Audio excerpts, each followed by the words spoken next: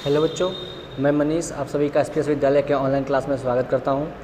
बच्चों, हम लोग इंग्लिश पढ़ रहे हैं और जो आज की हमारी क्लास है वो क्लास 6 की है, जिसमें मैं इंग्लिश फर्स्ट को आज पढ़ा रहा हूं। चैप्टर 1 के बारे में हमने पहले भी डिस्कस किया था, जिसमें हमने पोएम को पढ़ा था, और आज उस पोएम का नाम है ब्यूटीफुल थिंग्स। उसी के बारे में एक्सरसाइज हम करेंगे। बात समझ में आ गई? तो बच्चों, उसी को हम आज आगे कर रहे होंगे। तो बच्चों, आप अपना बुक ओपन करेंगे।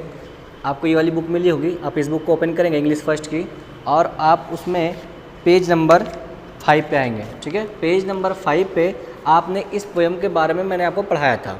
ठीक है, तो बच्चों आज उसी का हम एक्सरसाइज कर रहे होंगे। मैंने आपको बहुत अच्छे से पढ़ाया था। इस पोएम में क्या बताया गया था? इस पोएम में जो पोएटेस थी उन्होंने बताया कि जो चीज़ें तेज़ चलती हैं, जो तेज़ मूव करती हैं, ठीक है, इंस्टेंटली मूव करती हैं, वो क्या होती हैं? ब्यूटीफुल होती हैं। ठीक है, फिर उन्होंने कुछ स्लो थिंग्स का नाम लिया और बताया कि ये चीज़ें भी क्या होती हैं? बहुत सुंदर होती हैं। जैसे ब्यूटीफुल सनसेट। ठीक है, सनसेट क्या होता है? बहुत स्लोली होता है, लेकिन देखने में बहुत ही ब्यूटीफुल लगता है। तो उसी के बारे में बात की गई थी। ठीक है, तो बच्चों आज इसी के बारे में हम एक्सरसाइज करेंगे। पोएम के बारे में हम बिल्कुल चर्चा नहीं करेंगे, क्योंकि मैंने लगभग आधे घंटे तक आपको पोएम पढ़ाया था। आपका काम है कि आप जाइए उसे एक बार फिर से देखिए, तब आज के लेक्चर को आप फिर से देखिए, ताकि आपके लिए चीज़ें थोड़ा आसान बने। नहीं तो आपको पोएम भूल चुका होगा, और आप भूल चुके होंगे तो एक्सरसाइज को सॉल्व नहीं कर पाएंगे। ठीक है, तो बच्चों आप जाइए एक बार फिर से उसे देखिए, तब इस वीडियो पर आइए और एक्सरसाइज को पूरा कीजिए। ठीक है, तो आ जाओ बच्चों, पेज नंबर 6 पे आते हैं।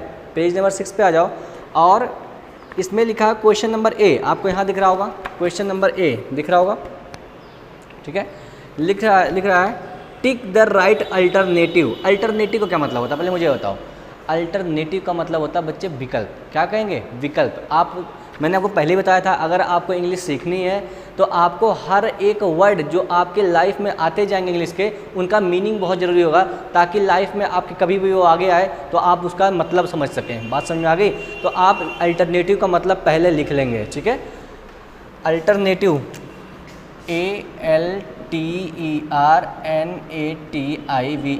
ALTERNATIVE। अल्टरनेटिव का मतलब होता है बच्चों हिंदी में विकल्प। ठीक है, और इसका इंग्लिश में मतलब आप लिख लेंगे एक और सिनोनिम जिसे बोलते हैं, आप इसे लिख लेंगे ऑप्शन। बात समझ आ गई? ये चीज़ आप अपनी कॉपी पे नोट कर लीजिए। आपका जैसे कॉपी होता है तो लाइनिंग बनी होती है, ऊपर कुछ जगह खाली होती है, वहीं पे आप इस मीनिंग को लिख लेंगे। बात समझ आ गई? ताकि फ्यूचर में आपके कभी काम आ सके। ठीक, तो अभी इसे नोट करिए फटाफट, फिर हम आगे बढ़ते हैं। चलो, आपने नोट कर लिया होगा इसे। चलो देख लो। अब जो लिखा हुआ है, पहला क्वेश्चन इसमें दिया हुआ है। अब मैं इस क्वेश्चन को नहीं लिख रहा हूँ, जो जरूरी होगा मैं वही पेपर यहाँ पे लिखूंगा। ठीक है, अब क्लास 6 में छोटे बच्चे के से नहीं है कि हर चीज़ में बोर्ड पे लिख के सिखाऊंगा। ठीक है, आपका काम है कि आप इसको बुक में भी टिक करेंगे और अपनी कॉपी पर भी लिखेंगे। बात समझ आ गई? तो चलो पहला क्वेश्चन पढ़ते हैं। लिखा हुआ है स्विफ्ट थिंग्स आर। लिखा हुआ है स्विफ्ट मतलब क्या होता है? इंस्टेंट, रैपिड, जिसे बोलते हैं इंग्लिश में रैपिड, तेज हिंदी में। ठीक है, थिंग्स का क्या मतलब होता है? थिंग्स का मतलब होता है वस्तुएं, चीज़ें। ठीक है, आर मतलब हैं, तेज चीज़ें हैं। पहला ऑप्शन दे रखा है, अब यहाँ पे भरने के लिए स्पेस दे रखा है। ठीक है, हमको कौन सा भरना है? ऑप्शन ए, ऑप्शन बी या ऑप्शन सी? देखते हैं। ऑप्शन ए दे रखा है beautiful. Swift things are beautiful. आपने पढ़ रखा है, आपने ये पढ़ रखा है। आपने क्या पढ़ा था? Swift things are beautiful. उसमें क्या था? स्वालोज एंड डियर, याद है आपको? तो उसमें था स्विफ्ट थिंग्स क्या होती हैं? ब्यूटीफुल होती हैं। तो हमारा ऑप्शन ए भी सही हो रहा है। ऑप्शन ए हमारा क्या है? सही है। ऑप्शन बी चेक करते हैं। ऑप्शन बी में लिखा हो स्वॉलोज एंड डियर। स्वॉलोज एंड डियर का क्या मतलब होता है? स्वॉलोज मैंने बताया था, स्वॉलेज का मतलब क्या होता है? एक जानवर होता है जिसका नाम होता है अबाबील, हिंदी में बोलते हैं उसको। ठीक है, एंड डियर, डियर का मतलब क्या होता है? डियर का मतलब होता है बच्चों हिरन। बात समझ आ गई? डियर का मतलब हिरन। ठीक है, तो बच्चों आपने पढ़ा था स्वॉलोज, स्विफ्ट थिंग्स आर ब्यूटीफुल, और वो स्विफ्ट थिंग कौन कौन से थे? स्वॉलोज एंड डियर भी थी। तो आपका यहाँ पे बच्चों दोनों ऑप्शन सही हो रहा है। ऑप्शन ए ब्यूटीफुल भी यहाँ पे सेट हो रहा है, और स्वॉलोज एंड डियर है वो भी सेट हो रहा है। तो बात समझ में आ गई आपके? तो ऑप्शन नंबर ए भी सही है, ऑप्शन नंबर बी भी सही है, और ऑप्शन नंबर सी में लिखा हुआ है ए भी सही है, बी भी सही है। तो हम कौन सा ऑप्शन लगाएंगे? अपना दिमाग लगाओ जरा। अगर ऑप्शन ए लगा देंगे तो ऑप्शन बी छूट जाएगा, ऑप्शन बी लगा दिया तो ऑप्शन ए छूट जाएगा। तो हमें दोनों को लेकर चलना है, इसलिए हम ऑप्शन सी लगाएंगे। तो पहले का हमारा जो आंसर लगेगा बच्चों, पहले का हमारा जो आंसर लगेगा वो कौन सा होगा, ऑप्शन सी पे आप टिक कर लेंगे, यहाँ पर आप टिक करेंगे। बात समझ में आ गई। लिख नहीं रहा हूँ, आपको कॉपी पे लिखना ही लिखना है, मैं कॉपी चेक करूँगा जब आऊँगा, ठीक है, आप इसे नोट कर लेंगे, ठीक है। आ जाओ, दूसरा क्वेश्चन है the pause of wave is. The pause मतलब क्या होता है, द पॉज का क्या मतलब होता है, पॉज का क्या मतलब होता है, पॉज का मतलब होता है बच्चों ठहराव। मैंने लिखवा चुका हूँ मीनिंग, मैंने मीनिंग में लिखवाया था। पॉज का मतलब होता है ठहराव, रुकना किसी चीज़ का, ठीक है। ऑफ द वेव, वेव मतलब क्या होता है, धारा, नदी में जो धारा चलती है उसे क्या बोलते हैं, वेव बोलते हैं। जैसे एक धारा दूसरी धारा से आगे पीछे चलते हैं, लहर जिसे बोलते हैं, हम लोग नदियों में देखते हैं लहर चलती है, ठीक है। तो पॉज ऑफ वेव इज क्या है, पहला ऑप्शन लिखा हुआ है ए ऑप्शन में स्लोथिंग। क्या पॉज ऑफ वेव स्लोथिंग है, आप कहेंगे यस। पॉज ऑफ वेव क्या है, स्लोथिंग ही तो था, मतलब जब लहरें उठती हैं तो ऊपर चल के रुक जाती हैं, यही क्या था, स्लोथिंग था, ठीक है। तो ये क्या होगा, हमारा ऑप्शन नंबर 1 करेक्ट होगा। ऑप्शन नंबर बी चेक करते हैं, लिखा स्विफ्ट थिंग्स, तो क्या ये सही होगा, तो आप कहेंगे नहीं, पॉज ऑफ वेव जो था हमने स्लो थिंग्स में पढ़ा था, जिसमें बताया गया था, जिसमें पोएट्स ने बताया था कि स्लो थिंग्स ब्यूटीफुल्स होते हैं, ठीक है। तो ये हमारा रॉन्ग हो जाएगा। हमारा ऑप्शन सी में बोथ ए एंड बी लिखा हुआ है। बच्चे जब ऑप्शन केवल ए सही है तो बोथ ए एंड बी सही कहाँ से होगा, तो हमारा दूसरे में बच्चों सही होगा, दूसरे में हमारा सही होगा option number A. Option number A पे आप टिक कर लेंगे यहाँ पर। बात समझ में आ गई। अपनी कॉपी पे पूरा क्वेश्चन लिखेंगे, बुक में भी मार्क करेंगे, ओके। Let's go.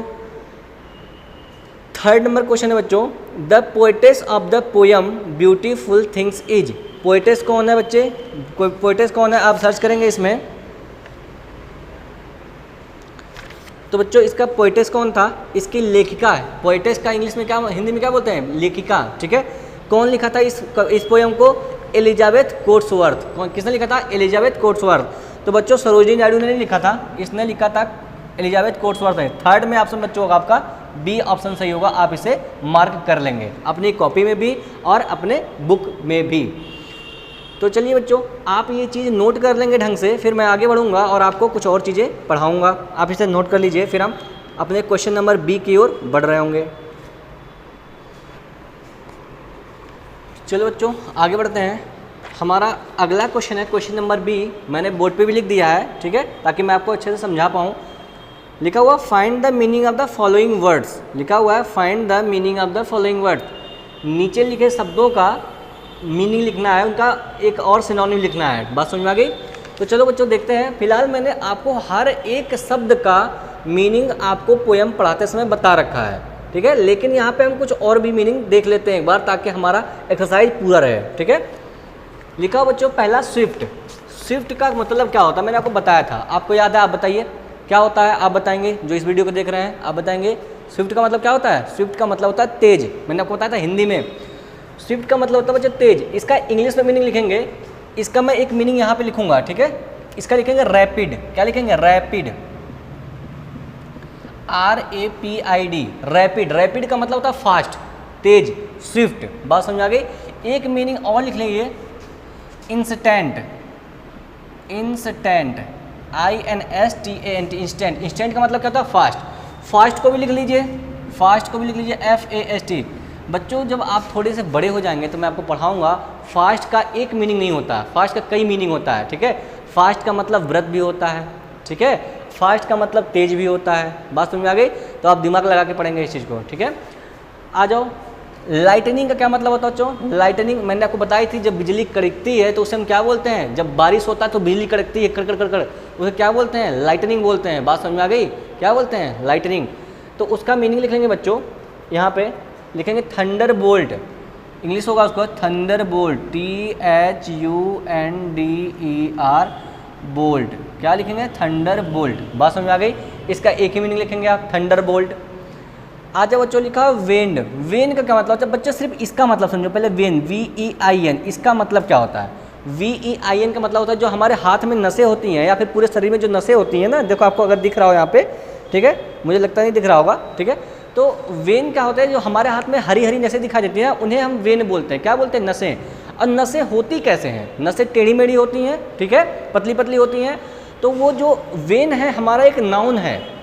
अगर आप मेरी बातों को समझ पाए, जो बच्चे थोड़ा बहुत नाउन और प्रोनाउन और एडजेक्टिव के बारे में जानते होंगे, तो मैं थोड़ा समझाना चाहूँगा, ताकि जो बच्चे जानकार हैं उन्हें और भी नॉलेज दिया जाए, ठीक है, हमारा यही उद्देश्य रहता है। तो बच्चों जो हमारे हाथ में नसें होती हैं वो क्या है, नाम है। मैं आपको पढ़ाऊँगा, जब नाउन पढ़ाऊँगा तो हमारे जो हाथ में नसें हैं वो क्या है, वेन है, नसें जिन्हें बोलते हैं इंग्लिश में, ठीक है। तो वो उनका नाम है, तो नाम है तो प्रॉपर नाउन हुआ।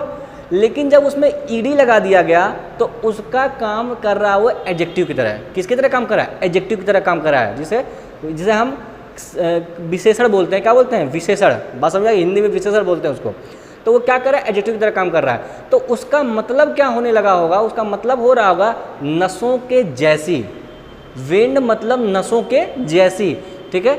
तो क्या यहाँ पे क्या मतलब है इसका, विंड का क्या मतलब है, नसों के जैसी। बात समझा गई। तो विंड का मतलब नस, और ईडी लगाने से उसका एडजेक्टिवल फॉर्म बन गया, वो क्या कहलाएगा, नसों के जैसी। बात समझा गई।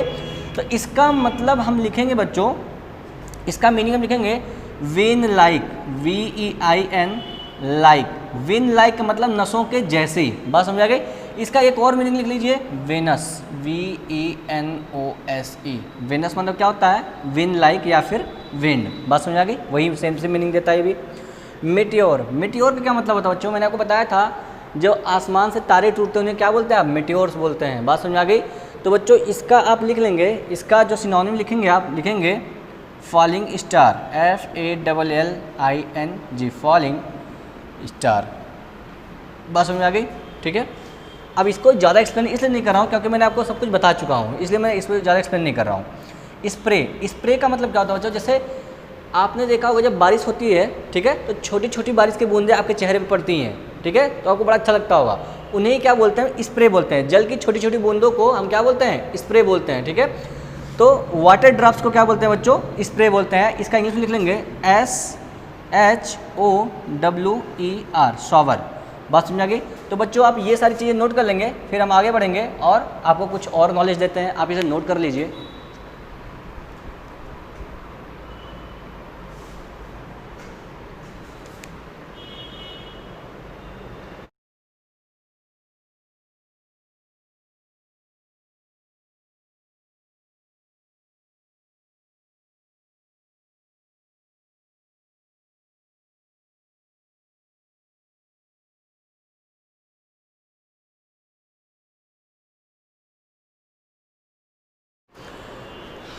चलो बच्चों आगे बढ़ते हैं, और हमारे बुक में क्वेश्चन नंबर C दे रखा है, rearrange these lines according to the poem.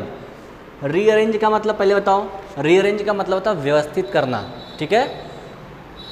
These lines, according का क्या मतलब होता है, अकॉर्डिंग का मतलब के अनुसार, अकॉर्डिंग टू का मतलब होता है के अनुसार, अकॉर्डिंग टू का मतलब क्या होता है, के अनुसार। ये बच्चे याद रखना, आपके जीवन में हमेशा काम आएगा ये अकॉर्डिंग टू। अकॉर्डिंग के साथ टू का यूज होता है, ये बात याद रखना, ठीक है। According to the poem, poem के अनुसार इस लाइन इन सबको अरेंज करना है। जो पहले आया होगा उसे पहले लिखना है, जो बाद में आया होगा उसे बाद में लिखना है, ठीक है। तो बच्चों चलो पोएम खोल लेते हैं। देखो बच्चों हमारे पास अभी तो बुक है, हमने अभी बुक का सहारा लेकर हम इसको सॉल्व कर लेंगे, लेकिन आपको ये पोएम अगर याद नहीं होगा तो आप बताओ अगर पेपर में क्वेश्चन आ गया तो उसे सॉल्व कैसे करेंगे, नहीं कर पाएंगे ना। तो आपको बच्चों ये पोएम याद होना चाहिए, तो आप ये पोएम खुद से याद कर लेंगे, ठीक है। आ जाओ देखते हैं, लिखा हुआ है, पढ़ते हैं और उसी के अनुसार हम इस पर नंबरिंग कर लेंगे, कौन सा लाइन पहले आया हो, कौन सा लाइन बाद में आया हो। हम पूरा पोएम पढ़ते हैं। स्विफ्ट थिंग्स आर ब्यूटीफुल, इसमें है स्विफ्ट थिंग्स आर ब्यूटीफुल, यानी कि ये पहले नंबर पे आएगा, फर्स्ट नंबर पे ये आ रहा होगा, फर्स्ट नंबर पर, ठीक है। सोलोज एंड डियर, ये भी आ रखा है, ये देखो ये बच्चे सेकंड नंबर पे आ रहा है, ये लिखेंगे सेकंड नंबर। बात समझ आ गई। And lightning that falls, and lightning that falls, ये भी आया हुआ है बच्चे, किस नंबर पे आएगा, थर्ड नंबर पर आएगा। बात समझ आ गई। ब्राइट विंड एंड क्लियर, ये भी आ रखा है बच्चे, देखो यहाँ पर फोर्थ नंबर पर, ठीक है। रिवर एंड मेटेओर्स आया हुआ बच्चों, आप कहेंगे हाँ सर फोर्थ तक हो गया था, ये फिफ्थ नंबर पर आएगा। बात समझ आ गई। विंड इन द वीट आया हुआ बच्चों, आप कहेंगे हाँ सर ये सिक्स नंबर पर आया हुआ है। बात समझ आ गई। The strong withered horse, the strong withered horse, ये किस नंबर पर आएगा बच्चों, सेवेंथ नंबर पर आएगा। लो बच्चों ये भी आ गया। और क्या, the runner sure fit, the runner sure fit, ये किस नंबर पर आएगा बच्चों, 8 नंबर पर आएगा। तो बच्चों ये लो आपकी नंबरिंग हो गई। अब आप क्या करेंगे, जो बच्चों पहले आया होगा, ये पहले नंबर का है तो आप इसे यहाँ पे पहले नंबर पे लिखें, पहला नंबर डाल के यहाँ पर लिख लीजिए, ऐसा लिखेंगे swift things, SWIFT, swift things are beautiful. Swift things are beautiful. बात समझ आ गई? ऐसे लिख लिया आपने, ये काम हो गया हमारा। सेकंड नंबर कहाँ पे? यहाँ पे स्वॉलोज एंड डियर, तो यहाँ पे लिख लेंगे सेकंड नंबर डाल के स्वॉलोज SWALLOW स्वॉलोज एंड डियर। बच्चों ये DEER है, ध्यान रखना, ठीक है? ये गलती से छप गया है बुक में, DEER लिख दिया, डियर डियर। बात समझ आ गई? डियर का मतलब होता है बच्चों हिरन, DEER का मतलब होता है हिरन, और डियर मतलब DEER का मतलब होता है प्रिय, उसका कोई मतलब नहीं निकलेगा यहाँ पर। आ जाओ, ये थर्ड नंबर है बच्चों यहाँ पर। Third number and lightning that falls, तो इसलिए लिख लीजिए एंड लाइटनिंग दैट फॉल्स। बच्चों थोड़ा जल्दी से इसलिए लिख दे रहा हूँ, आपको तो यहाँ पे सब कुछ लिखा ही है, बस मैं यहाँ पे रिपीट कर रहा हूँ, ठीक है? इसलिए थोड़ा जल्दी लिख दे रहा हूँ। इधर का मैंने साफ साफ लिखा हुआ है, आप शिकायत नहीं करने लगना। फोर्थ नंबर पे आ जाओ बच्चों। फोर्थ कहाँ गया? Bright wind and clear, bright wind and clear, इसको लिख लो ब्राइट विंड एंड क्लियर। बात समझ आ गई? ऐसे लिख लेंगे। फिफ्थ नंबर पे आ जाओ बच्चों। फिफ्थ नंबर पर क्या है हमारा? रिवर्स एंड मेटेओर्स, रिवर्स एंड मेटेओर्स, ऐसे लिख लिया आपने। सिक्स नंबर पे क्या है बच्चों? सिक्स नंबर पे खोजेंगे wind in the wheat, wind in the wheat, WIND, wind in the wheat, ठीक है? सेवेंथ नंबर पे आ जाओ बच्चों। सेवेंथ नंबर पे द स्ट्रॉन्ग विदाउट हॉट, इसको भी लिख लेंगे द स्ट्रॉन्ग विदाउट हॉर्स। बच्चों आपको मैं केवल लिख के दिखा रहा हूँ कि आपको समझ में आ जाए कैसे लिखना है। 8 कहाँ गया? द रनर्स श्योर फीट, लिख लेंगे इसको भी द रनर्स श्योर फीट। अब बच्चे इसे नोट कर लीजिए। ये बच्चों आपका पूरा हो गया। क्वेश्चन नंबर सी भी आपका क्या हो गया? पूरा हो गया। आप इसे नोट करिए।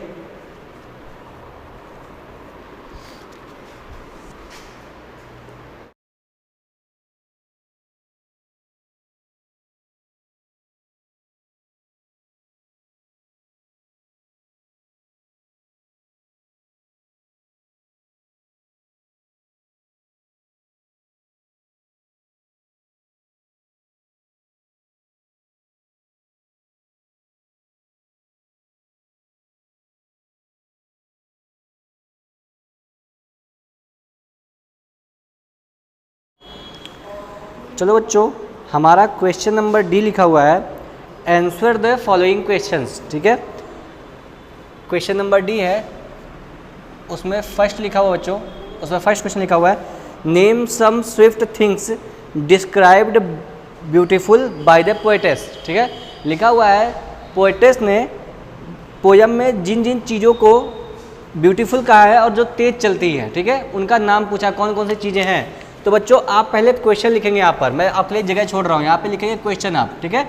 उसका आंसर डालकर लिखेंगे। आंसर लिखिए, इसका आंसर लिख लीजिए स्वॉलोज कॉमा डियर कॉमा लाइटनिंग, ऐसे लिखेंगे लाइटनिंग LIGHTNING लाइटनिंग,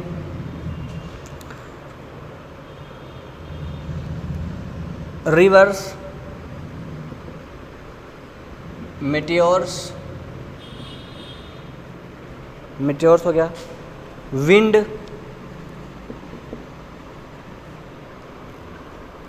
हॉर्स और रनर्स RUNNERS रनर्स। ये सब चीज़ें जो पोएट्स है उन्होंने क्या कही है, बहुत तेज़ी से चलती हैं, स्विफ्टली चलती हैं, ठीक है? तो बच्चों इसे आप नोट करेंगे। दूसरा क्वेश्चन बच्चों इसे हम देखेंगे। दूसरा क्वेश्चन लिखा हुआ है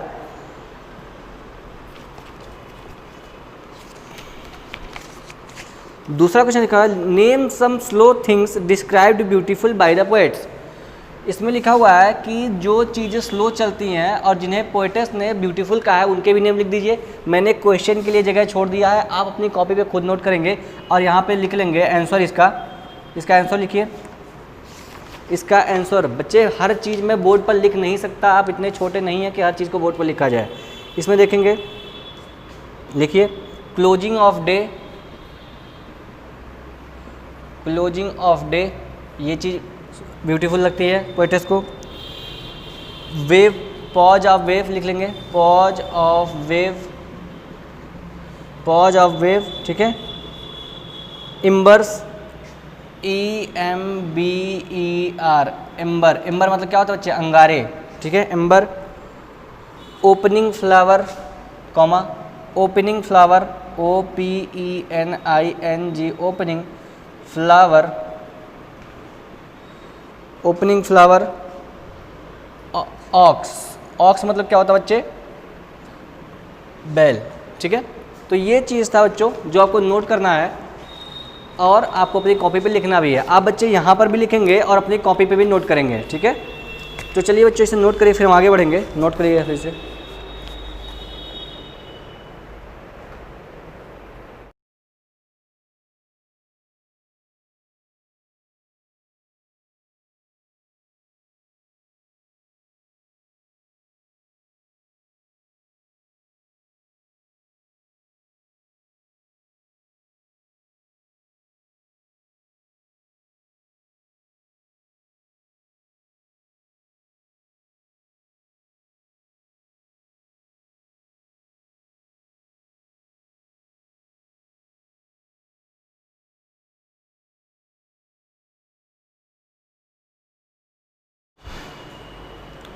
चलो बच्चों आ जाओ, हमारा क्वेश्चन नंबर 3 देखेंगे।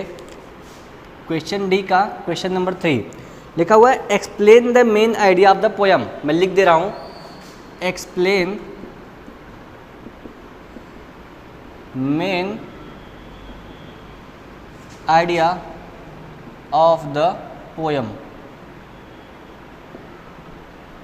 ठीक है। कह रहा है कि पोयम में जो पोएटेस है वो कहना क्या चाह रही है। आपसे यही पूछा जा रहा है कि पोएटेस जो है वो कहना क्या चाह रही है, आपको यही रिप्रेजेंट करना है, यही यहाँ पे एक्सप्लेन करना है, ठीक है। तो बच्चों पोएटेस क्या चाहती थी, पोएटेस ने बताया कि जो चीज़ें फास्ट चलती हैं, स्वीटली चलती हैं, वो ब्यूटीफुल होती हैं। Slow things are beautiful, slow things भी अच्छी होती हैं। तो ऑन द होल सब मिला जुला कर पोएटेस कहना चाहती थी कि दुनिया में कोई भी ऐसी चीज़ नहीं है जो ब्यूटीफुल ना हो। हर चीज़ किसी न किसी संदर्भ में सुंदर है, ब्यूटीफुल है। बात समझ आ गई। तो बच्चे वहाँ पे कह रहे नथिंग इज यूजलेस, कुछ भी बेकार नहीं है, सब कुछ ना कुछ यूज काम के आता है। बात समझ आ गई। तो यही मेन आइडिया, लिख लीजिए, इसका लिख लेंगे बच्चे। लिखना तो ये आपको खुद से था, लेकिन मैं लिख दे रहा हूँ यहाँ पे। लिखिए इसका answer, the main idea of the poem is, लिखेंगे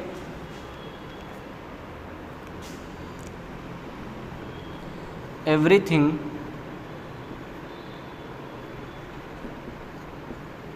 and every person in the world is beautiful, ठीक है।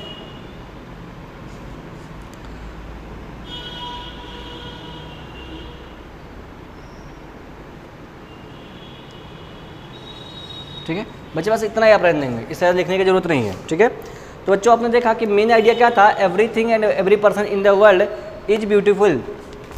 चाहे वो स्लो हो चाहे वो फास्ट हो, उससे मतलब नहीं है, वो है तो ब्यूटीफुल है। बात समझ में आ गई। तो बच्चों इसे आप नोट कर लेंगे बच्चों।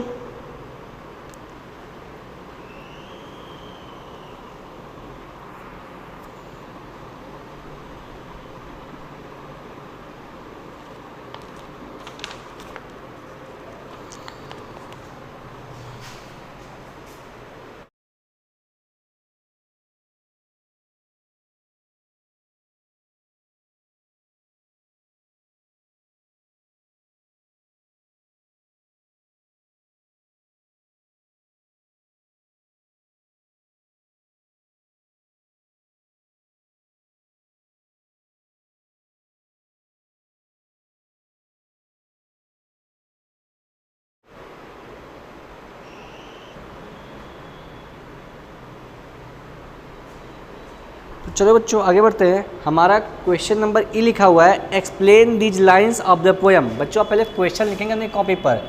क्वेश्चन नंबर ई में पढ़ा रहा हूँ, explain these lines of the poem in your own words. ठीक है, अपने खुद के शब्दों में आपको इसका मतलब लिखना है जो आगे लाइन लिखी हुई है। तो अब उसमें पहला लिखा हुआ बच्चों, and lightning that falls bright wind and clear. ठीक है बच्चे, मैंने आपको इसका बहुत ही क्लियरली एक्सप्लेनेशन दिया था। ठीक है, लेकिन मैं इसे लिखवा दे रहा हूँ। ठीक है, तो पहले आप इसको लिखेंगे एंड लाइट, ऐसे लिखेंगे and lightning that falls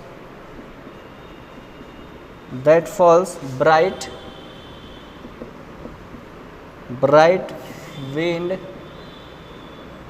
and clear. ठीक है, इसका बच्चों एक्सप्लेनेशन लिख लीजिए। इसका एक्सप्लेनेशन क्या है, इसका आंसर लिख लीजिएगा आप, मैं लिख दे रहा हूँ। The Thunderbolt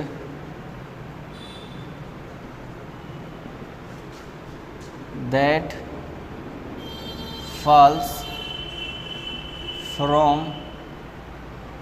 the sky is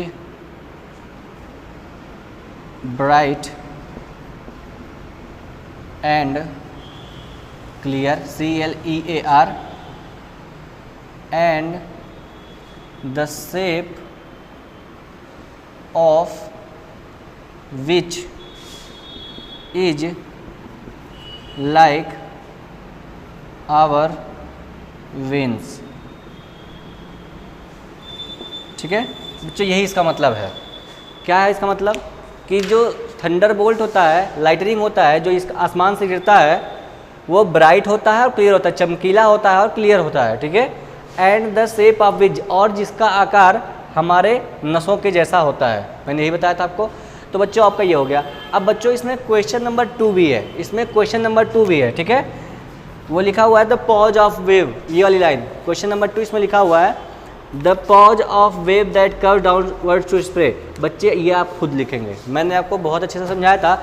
इसका आप ऐसे ही एक्सप्रेशन खुद ब खुद करने की कोशिश करेंगे। अगर आपको नहीं आएगा तो मैं बताऊंगा, लेकिन आप उसको खुद भी ट्राई करेंगे। ठीक है, तो बच्चों चलो मिलते हैं हम अगली क्लास में। फिर हम नेक्स्ट चैप्टर पर बढ़ रहे होंगे। तब तक के लिए आप अपने स्टडी को आगे बढ़ाइए, अपने पढ़ाई को जारी रखिए। तब तक मिलते हैं नए वीडियो में। चलिए, धन्यवाद।